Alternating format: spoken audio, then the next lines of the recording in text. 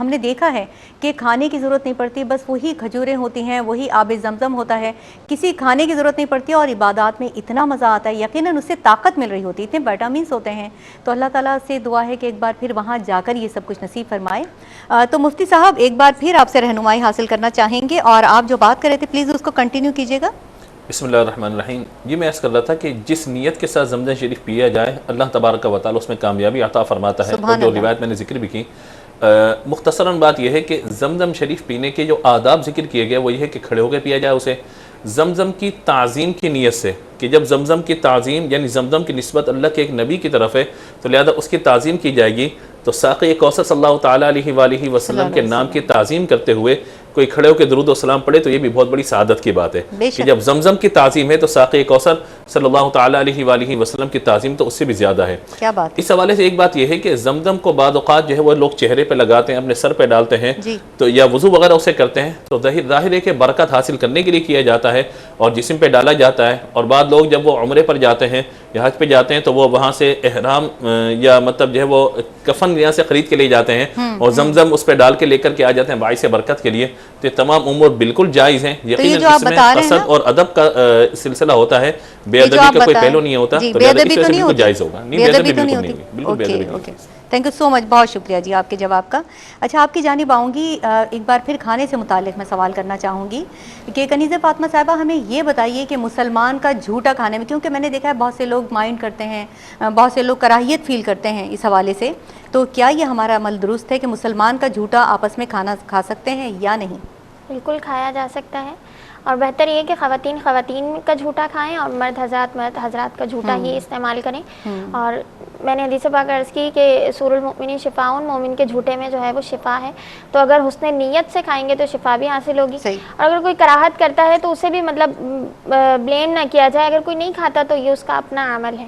اور زمزم شریف کے حوالے سے میں نے خواتین میں یہ بات جو ہے وہ دیکھی ہے کہ یوزلی زمزم جو حرم شریف میں ہوتا ہے وہ پینے کے لیے ہی ہوتا ہے، اور وہاں خواتین کھڑے ہو کر اسے یا تو سر پر ڈال رہی ہوتی ہیں اور یا پھر ادھر ادھر وہ نیچے بھی پھیلا رہی ہوتی ہیں، اور نیچے بھی مسلمانوں کو گزرنے میں بھی وہاں تکلیف ہوتی ہے، اور دوسرا ان کا ستر بھی ظاہر ہوتا ہے. اگر وہ سب کے سامنے کھڑے ہو کر اپنے اوپر ڈالیں گی پانی تو یہ ستر ظاہر کا معاملہ ہو جاتا ہے، جو کہ بالکل جائز نہیں ہے. تو اگر زمزم آپ نے اپنے اوپر ڈالنا ہی ہے یا کہیں بیماری ہے جسم کے کسی حصے پر وہاں لگانا ہے تو اسے بوٹل وغیرہ میں لے کر گھر میں آ کر پھر اسے استعمال کر لیا جائے. مطلب سب لوگوں کے سامنے ستر وغیرہ ظاہر نہ ہو، اور نہ ہی اسے نیچے گرایا جائے کہ پھر لوگوں کو آنے جانے میں راستے میں پانی وغیرہ سے تکلیف اور پریشانی ہوگی. اس چیز کا خیال رکھنا چاہیے. بہت شکریہ، جزاک اللہ. اور یقیناً بے ادبی اس طرح تو نہیں کرنی چاہیے بہرحال، اور جانے سے پہلے ٹریننگ بھی دی جاتی ہے. حج تربیت کے حوالے سے ہم نے دیکھا اتنے پروگرامس ہو رہے ہوتے ہیں، پھر انسان کا اپنا بھی تو کوئی سینس ہوتا ہے. تو بہت اچھی مطلب جو نقطہ ہے وہ آپ نے چھیڑا ہے اور رہنمائی فرمائی. آپ سے میں یہ جاننا چاہوں گی ڈاکٹر فرزانہ صاحبہ کہ سونے چاندی کے جو برتن ہیں تو ان کے استعمال کے حوالے سے، مطلب کھانے کے حوالے سے یا پھر اس کو سجانے کے حوالے سے شرعی حکم کیا ہے؟ بسم اللہ الرحمن الرحیم.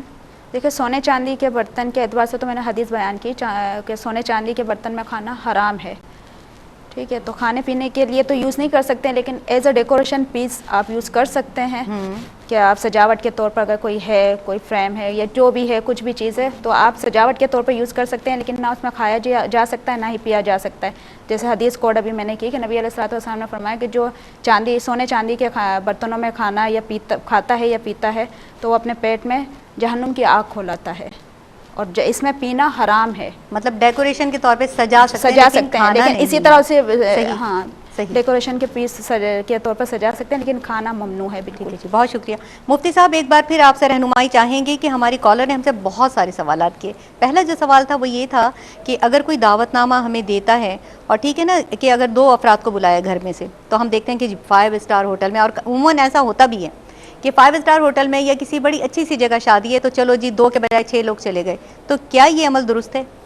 بسم اللہ الرحمن. بالکل درست نہیں ہوگا، کیونکہ جتنے افراد کا اہتمام کیا گیا، جتنے افراد کو دعوت پر بلایا گیا اتنے ہی افراد جائیں گے دعوت میں. اگر اس سے زیادہ جائیں گے تو حدیث مبارکہ کے ظاہر حکم کے مطابق خائن اور چور کے الفاظ آئے ہیں کہ گویا وہ خائن بن کے داخل ہوئے اور چور بن کے وہاں سے نکلے، یا چور بن کے داخل ہوئے اور خائن بن کے وہاں سے نکلے.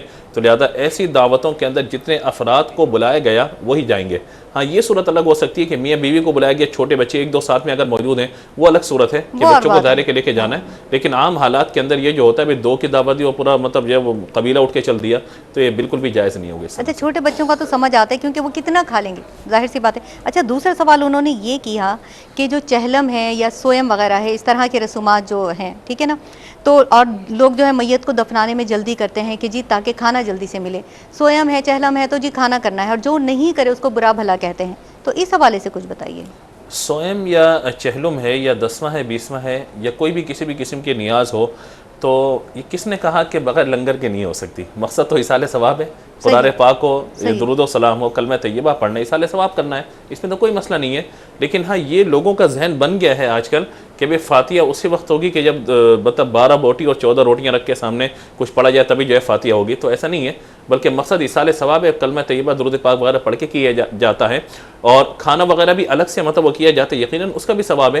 لیکن یہ جو میت کو دفنانے کے بعد کا کھانا ہے, جس کو کڑوی روٹی عام طور پہ ہمارے یہاں کہا جاتا ہے, یا سویم کا یا چہلم کا سلسلہ ہے, تو لہذا اس حوالے سے جو باقاعدہ ہمارے یہاں دعوت کا سلسلہ شروع ہو گیا تو یہ بدعت ہے. اس چیز سے سیدی اعلیٰ حضرت علیہ رحمت دیگر بزرگوں نے سختی سے منع فرمایا ہے کہ اگر وہاں پہ ایصال ثواب وغیرہ کا اہتمام کیا بھی جائے تو اس کھانے کو اٹھا کے مدارس کے جو فقراء طلباء ہیں ان پہ تصدق کیا جائے یا غریبوں کو کھلایا جائے. خاندان بھر کے لیے اس طرح کی دعوت کا کرنا یہ سخت بدعت اور سخت ممانعت ہے اس کی. جو کھائیں گے وہ گناہگار تو نہیں ہوں گے, لیکن شریعت مطالعہ اس کو عمل کو پسند نہیں کرتی. یقیناً. اچھا ایک سوال تو انہوں نے یہ بھی کیا تھا کہ بہت سے لوگ بغیر ہاتھ دھوئے کھانا شروع کر دیتے ہیں, تو اس کا جواب تو ہر ایک کو پتہ ہے کہ کھانا ہاتھ دھو کر ہی کھانا چاہیے. اچھا سوال یہ بھی تھا کہ مدینے کی مٹی بعض لوگ کھا لیتے ہیں, اس حوالے سے بتائیے. یہ دیکھیں مٹی کھانے کے حوالے سے ممانعت میرے آقا علیہ الصلوۃ والسلام نے حدیث میں بیان فرمائی ہے. اب یہ کہ اگر تبرک حاصل کرنا چاہتے ہیں خاک شفا کے حوالے سے, تو اس کا طریقہ یہ ہے کہ اب تو باقاعدہ خاک شفا کے بنے ہوئے مٹی کے پیالے آ رہے ہیں, ان پیالوں کے اندر پانی ڈال کے اس کو پی لیا جائے تو تبرک اور برکت حاصل کرنے کی نیت سے بالکل درست ہوگا. یا پھر اگر اس مٹی کا پانی پینا چاہتے ہیں تو مٹی کے اندر پانی ڈال کے کچھ دیر کے رکھ دیا جائے, مٹی ساری کی ساری نیچے بیٹھ جائے گی, پھر اس پانی کو چھان کر کے استعمال کر لیا جائے تو جو برکت ہے وہ نصیب ہو جائے گی. لیکن اس مٹی کو استعمال کرنا یا کھانا اس کی ممانعت ہوگی. لیکن ہاں بعد انتقال جسم پہ رکھ دینا یا آنکھوں وغیرہ پہ خاک شفا کو رکھ دینا یہ بہت بڑی سعادت کی بات ہے. ماشاءاللہ سبحان اللہ, بہت شکریہ, آپ نے ہماری رہنمائی فرمائی, جزاک اللہ. آپ دونوں صاحبان ہمارے پروگرام میں تشریف لائے, تینوں مہمانوں کا بہت بہت شکریہ, جزاک اللہ خیرہ. ناظرین کرام, یہ تھا ہمارا پروگرام اور یہ تھے ہمارے میسیجز. یہ میں آپ کو بتا دوں کہ دیکھیں ہم جب بار بار بات کرتے ہیں کہ اللہ تعالیٰ نے ہمیں بیش بہا نعمتوں سے مطلب نوازا ہے, ان گنت نعمتیں عطا فرمائیں. اتنی نعمتیں ہیں کہ نہ انہیں ہم شمار کر سکتے ہیں, نہ گن سکتے ہیں, نہ رقم کر سکتے ہیں, نہ حساب کر سکتے ہیں, اتنی نعمتیں ہیں. لیکن کتنی حیران کن بات ہے کہ ایک نعمت یعنی اربوں کھربوں کروڑوں نعمتیں ہیں, لیکن ایک نعمت کا ٹیسٹ دوسرے سے نہیں ملتا, ایک نعمت کا شیپ دوسرے سے نہیں ملتا. یہاں تک کہ ایک نعمت کے کئی ٹیسٹ ہیں. جیسے کہ ابھی آم کا جو سیزن ہے وہ آف ہوا ہے پاکستان میں, تو اگر آپ پاکستان کا آم کھائیں گے تو اس کا اپنا ٹیسٹ ہے, انڈیا کا آم کھاتے ہیں تو اس کا اپنا ایک الگ ٹیسٹ ہے, امریکہ کا آم کھاتے ہیں تو اس کا اپنا ایک الگ ٹیسٹ ہے. تو یہ کیسا خالق ہے, کیسا مصور ہے میرا اللہ, کیسا بنانے والا ہے, کیسی اس کی قدرت ہے, اور کتنی حیران کن بات ہے. اور اتنا کچھ عطا کرنے کے باوجود ہم سے کچھ نہیں چاہتا سوائے شکر گزاری کے. تو ہم ہر دن جو ہے اللہ تعالیٰ سے یہی دعا کرتے ہیں, ہر لمحہ یہی دعا کرتے ہیں کہ اللہ تعالیٰ ہمیں اپنے شکر گزار بندوں میں شامل فرما لے. آج بھی یہی دعا ہے. اور ناظرین کرام, پروگرام کا وقت ختم ہوا چاہتا ہے, نیکسٹ ٹائم پھر آپ سے ملاقات ہوگی. اللہ حافظ. السلام علیکم ورحمۃ اللہ وبرکاتہ.